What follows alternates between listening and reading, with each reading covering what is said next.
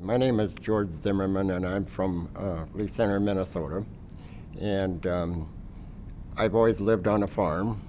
I guess that was them days you were born at home, and I was even born at home. So grew up there and went to high school in Lee Center. After high school, my brother, he got drafted when he was, in his 20s.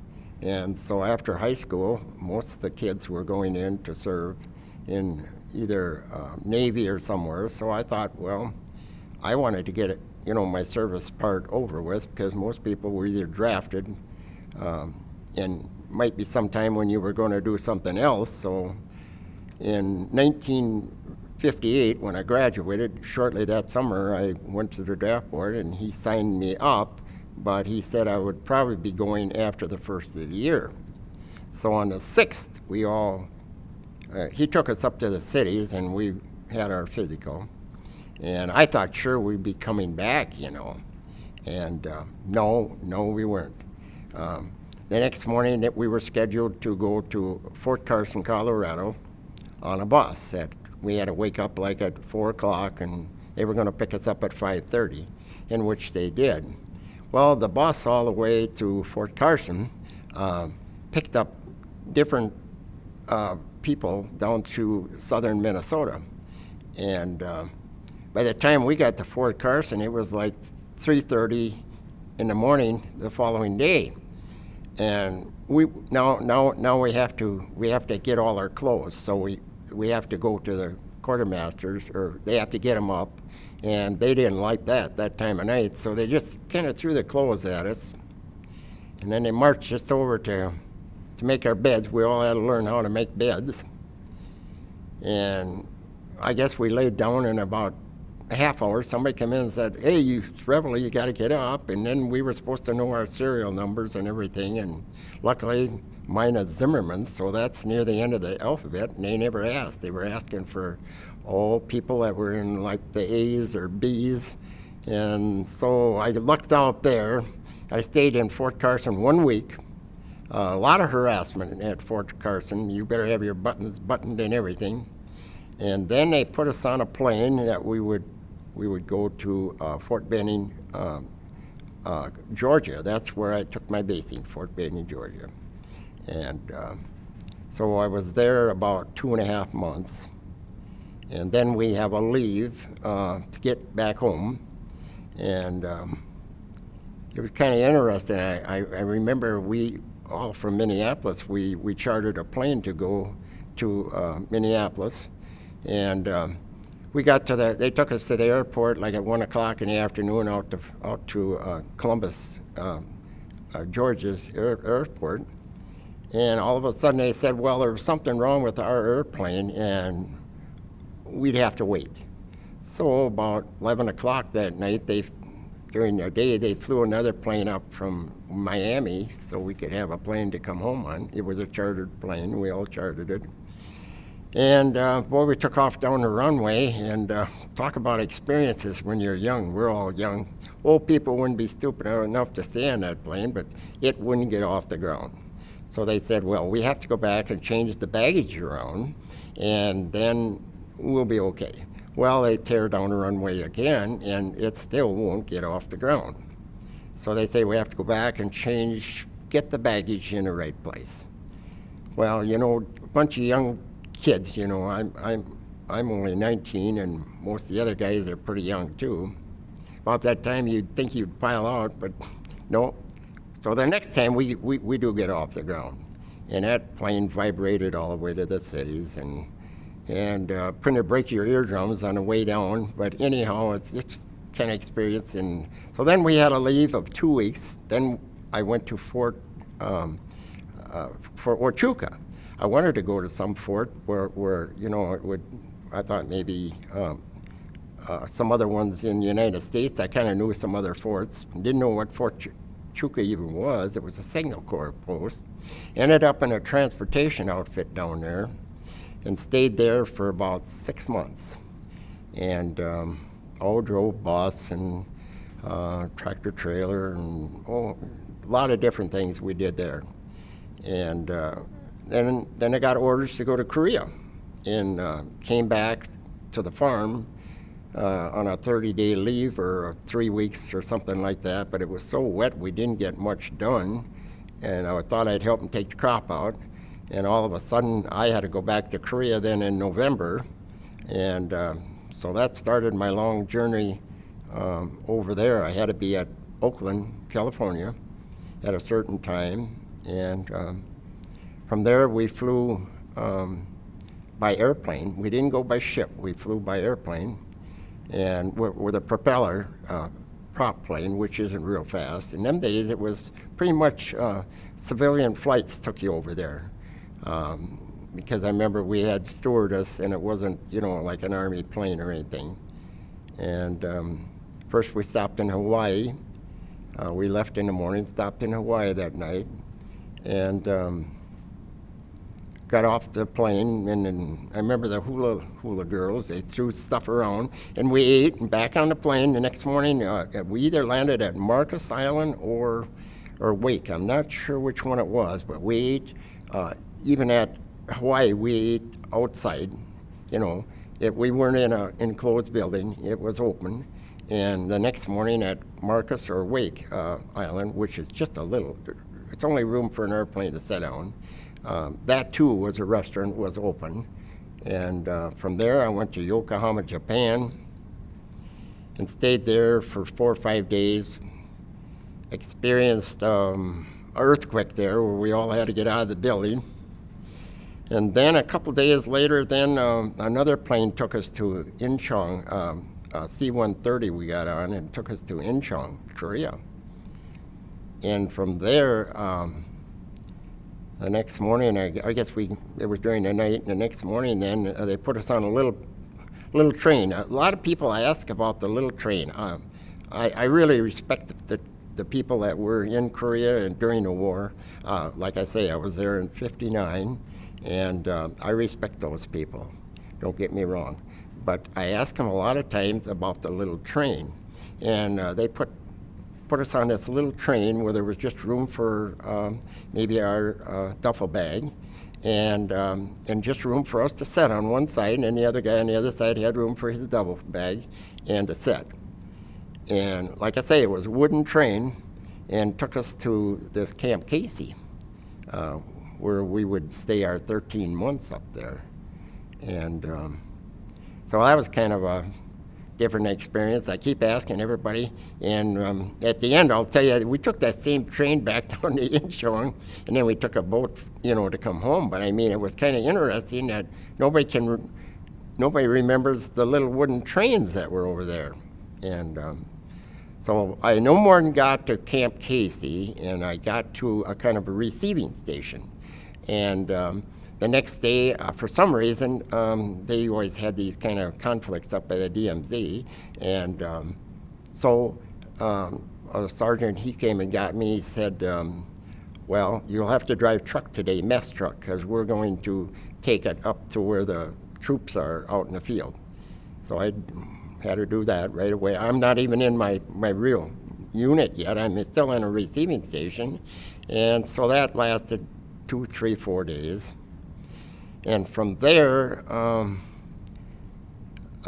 this was before Thanksgiving, and Thanksgiving was always a big deal at my place at home on the farm. We really respected Thanksgiving, and it just so happened that I was still at this receiving station, and the cooks never took the turkeys out of the freezer or something, because they had just come back from the field, so we didn't have no turkey.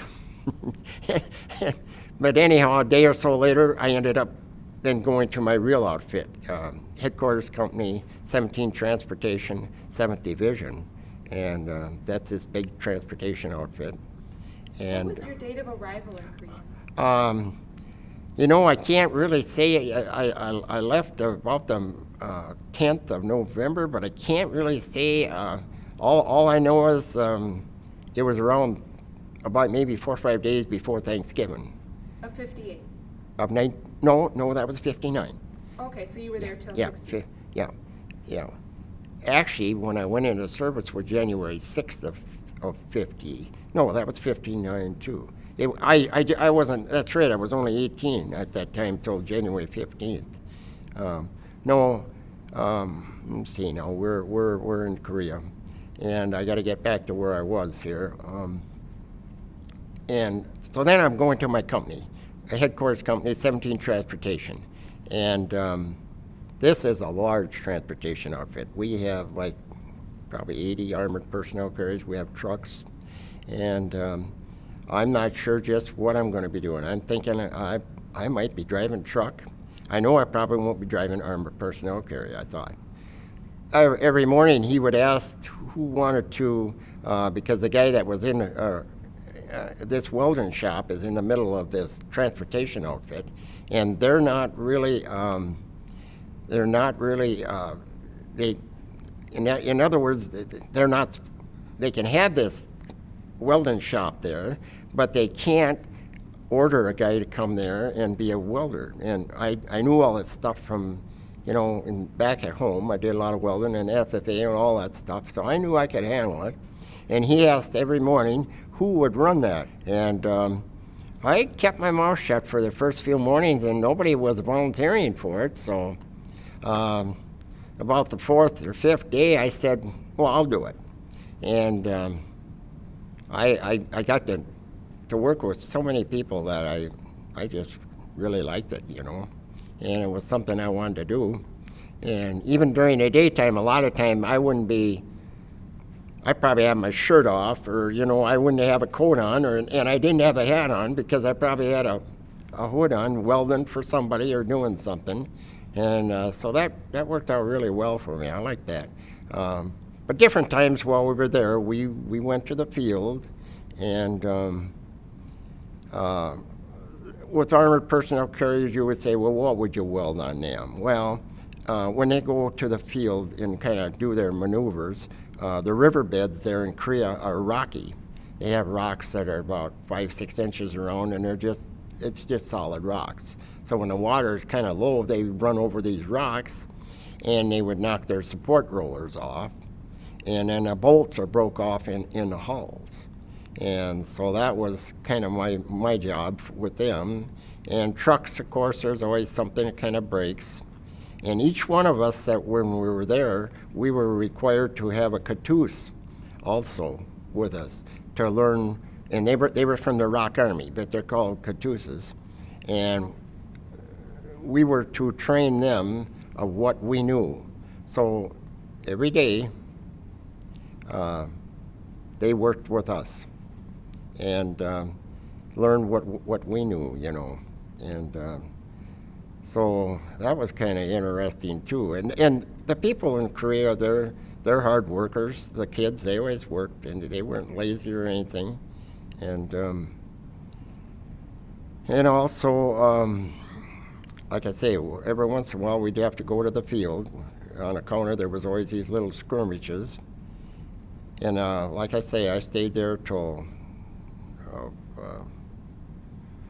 I was in December of 1959. I was there. Tell me more about what you meant by in the field, and what were the skirmishes like? Well, I mean, we weren't right where the skirmishes were. They were up on the DMZ, but they would send all the units to the field thinking that, something's going to come out of this. And it wasn't always in Korea. Sometimes it was in other parts of, I think one time it was maybe that was in Korea too, Seoul. Seoul had some uprisings or something, so they would send us to the field. It wasn't a lot of times. I'd say maybe 4, 5, 6 times during the year that I was there. Otherwise, you probably, would be pretty much in your compound. But, while I was there too, I was a welder, and then this guy that drove the wrecker, he was he knew motors. So we even made Stars and Stripes. That's a newspaper that comes out of, it was done in Japan, I think, but they call it Stars and Stripes. And And that kid, his name was Downey, and he was from, boy, I think he was from Ohio or someplace. And this colonel, he got our picture. I made this big lawnmower, and he brought the motor, and we got this thing going. They wanted to cut brush, in our compounds with it, and so that was kind of a experience for me to be in, Stars and Stripes, that's a kind of a little magazine that comes out of Japan. I don't know if it was every week or it might have been once a month. I'm not sure when it was, but I did other things too outside of, like I say, I built this. It was a bee company. They wanted a larger mess hall, so I did all the welding of putting two buildings together for them. I guess I didn't put the tin on or anything, but I did all the welding. I would spend different days up there welding on that so they could have a bigger mess hall. And also we had a kind of an old motor, and there was a kind of a little stream that came down through where we stayed. And we didn't have showers every day, but we would have showers on Friday nights. And then during the winter time, when the little stream was froze up, this is 1959, you would think, but up by the DMZ, we didn't have everything that we actually wanted. I mean, they're rebuilding things after the war. And so at age 19 and 20, while I was there, I kind of grew up quite a bit, I mean, I thought I knew everything before I went into service, but it was, I couldn't buy what I learned there, in my years. And I respect all the people that were there during the war. And now even I belong to this outfit here in Mankato, Chapter 41, and I just love to talk to people where they were and what they did. In fact, I talk too much. It's just interesting what you can find out about. Some of them won't always tell you exactly what they did because they've seen more than what they should have. But I'm always interested to talk to people, and like I say, I learned a lot. Sometimes you wonder. I know you joined or you got drafted, but I'm kind of glad that I enlisted and was able to get it done while I was young. And like I say, I learned quite a bit. Like, what was the atmosphere like at the time that you were there? Oh, you mean cold? Atmosphere. Oh. Well, as far as like politically, or like you said, there were still skirmishes. How did it feel to be there at that time?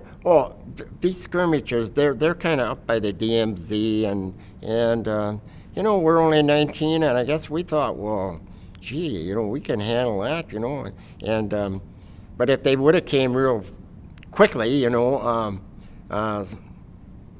knows? We were within 10 miles of the DMZ, and we always thought different times, well, we wanted to, get into some kind of a fight, but, looking back, we were just kids, and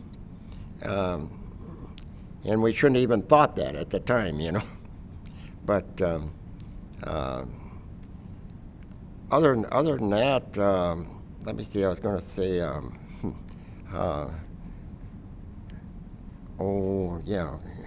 See, then I haven't really said when I left there, but so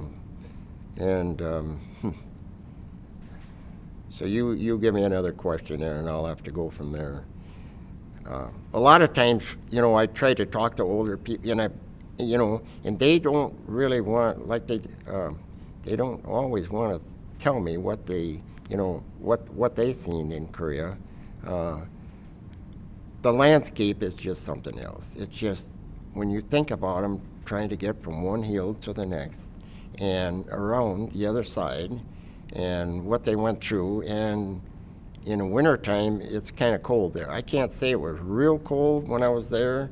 It wasn't some of the coldest winters, but I've read some of the stories when, it did really get cold, especially when they went north of the DMZ and got into the like the reservoir or someplace.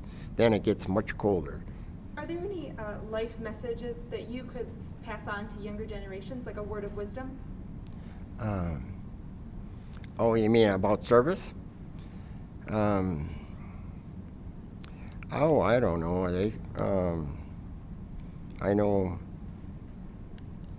they probably don't teach that much in school, but yeah, they're probably. Korea was very important. The Korean War, or conflict, whatever they want to call it, was very, very important. I think it was. I mean, they lost a lot of lives there, and I respect all them people that died there. But the people,